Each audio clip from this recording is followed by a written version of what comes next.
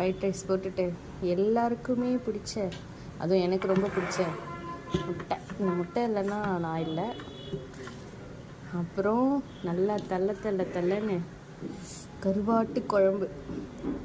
கருவாட்டு குழம்புல நம்ம வாழைக்காய் இருக்குது பாருங்கள், அதை போட்டு சாப்பிட்டு பாருங்கள், அப்படி இருக்கும். சூப்பராக இருக்கா பார்க்கும் பொழுதே.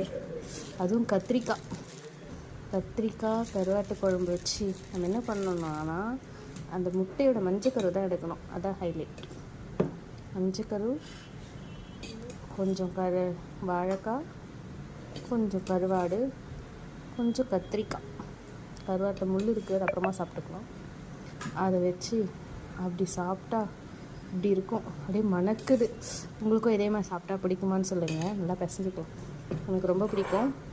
எல்லாேருக்கும் வீடியோ நிறைய பேர் பார்க்குறீங்க, யாருமே ஒரு லைக் சப்ஸ்கிரைப்லாம் பண்ண மாட்டேறீங்க. முடிஞ்சால் பாருங்கள்.